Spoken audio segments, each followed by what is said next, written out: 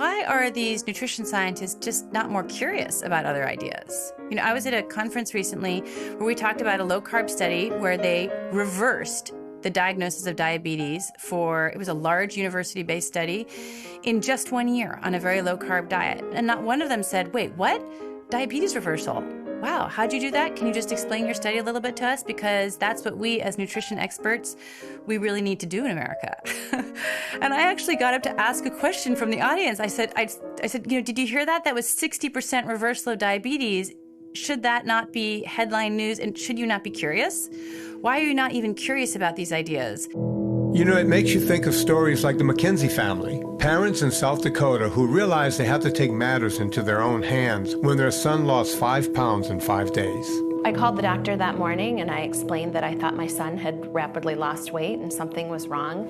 And we knew within 5 minutes of him doing a urinalysis test that there was sugar in his urine. And we were escorted to the hospital to learn how to manage our new life. We both concluded that we were going to make drastic changes in our diet, reducing carbohydrate intake. Shortly thereafter, we were told that we didn't need to do that we could feed our son, recently diagnosed with type 1 diabetes, whatever he wanted to eat. Take a look. Oh, okay. I'm trusting these people who are now in charge of caring for my son, and they're telling me, give him pancakes and give him French fries and cupcakes and pizza, because now that your kid has this disease, his life is pretty crummy already. And the worst thing you could do as a parent is to try and change his food. I fed my kid the exact prescribed amount of carbohydrates. I pre-bolused his insulin. I put a continuous glucose monitor on him. I bought him a diabetes alert dog. I literally did everything in my own capacity to follow the guidelines and manage his disease, and I failed miserably. Riv, do you want the yogurt, the tablets, or the gel?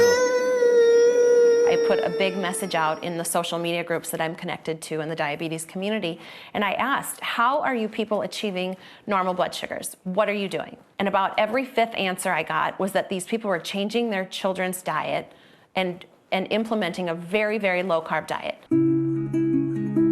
We removed all the processed carbs, the flour, the sugar, the grains, the fruit, anything that would spike his blood sugar. And so the next appointment we had with our endocrinologist, I skipped in there like I had won the lottery. Oh my goodness, I stumbled upon a low-carb diet and look at my son's blood sugars. And during that appointment, our very kind-hearted doctor looked at me and told me my son was going to resent me for the rest of his life, that this way of eating is not sustainable, that I'm subjecting my son to an eating disorder, and he also handed me a business card to go see a therapist because he thought maybe I was struggling with some things and had some issues for wanting to do this for my son and to change his diet. And I'm told to follow these guidelines because without those carbohydrates, my child won't grow properly and his brain function will be compromised. So when you're a parent of a type 1 and you're told the American Diabetes Association, this large governing body that must know exactly what we're up against, they're recommending this, that's intimidating. We either had to either make a change or accept mediocre care.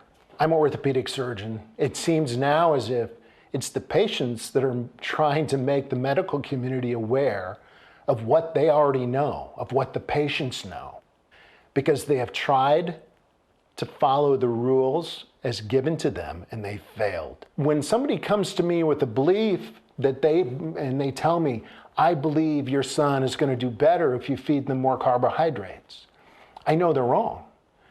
And when it comes to my son, I'm going to do what I know as opposed to what they believe.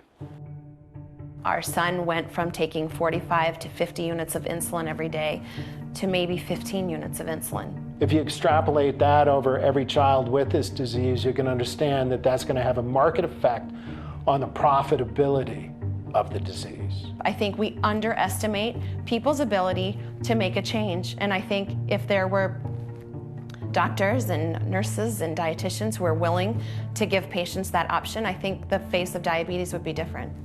My patients have been getting fatter and sicker over the last few decades, and in particular, we're starting to see diabetes out of control, and that changes everything.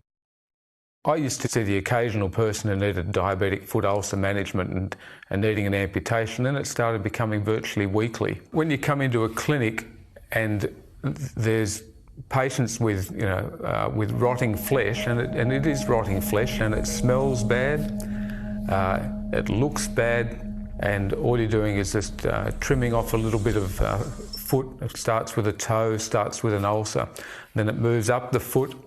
And sometimes, you get to a point after doing 2 or 3 operations, it's been going a couple of months, and then the decision is you've actually got to chop that leg off.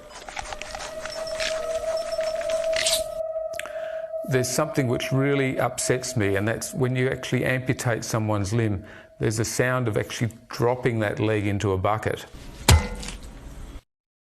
I don't want anyone to hear that, that noise. It's just...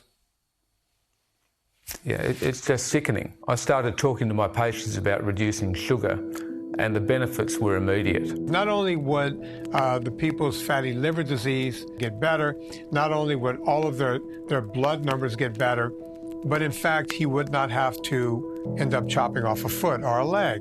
I then went to the hospital dietitians and said, hang on, this is really exciting, this stuff about sugar. Started talking about it to the staff. And then I started implementing a sugar reduction for my patients, only to find out that I was starting to tread on some big toes. The dietitians then started kicking up a stink about that, involving their parent organisation, the Dietitians Association of Australia, who started becoming involved in pressuring the hospital into silencing me. We received evidence in Sydney from a medical practitioner in Tasmania, Dr. Gary Fettke. He gave the evidence to the committee in the morning of our hearing in Sydney. 3 hours later, he received an official caution from AHPRA. The first time I heard the story, I just thought it was a joke. The board's actual statement requires that doctors double-check that their personal beliefs don't compromise care, that they don't put their commercial interest in front of patients, and lastly, doctors should provide appropriate dietary advice. Ultimately, the medical board made a ruling that I am now the only doctor, as far as we know in the world, to be banned from advising his patients to reduce their sugar and junk food intake. And if that sounds crazy, then that's what it is. We recognise that the being subject to the notifications process for a practitioner can be an extraordinarily stressful thing, because there are pretty serious issues at stake ultimately in terms of their practice of their profession and their reputation. And their reputation. And despite the fact that we are not punitive in our focus, we are protective in our focus, so our mandate is a public protection focus, we understand and appreciate that it may not feel like that for the practitioner involved in the process. For a long time, I couldn't actually work out why there was anything actually against what I was talking about.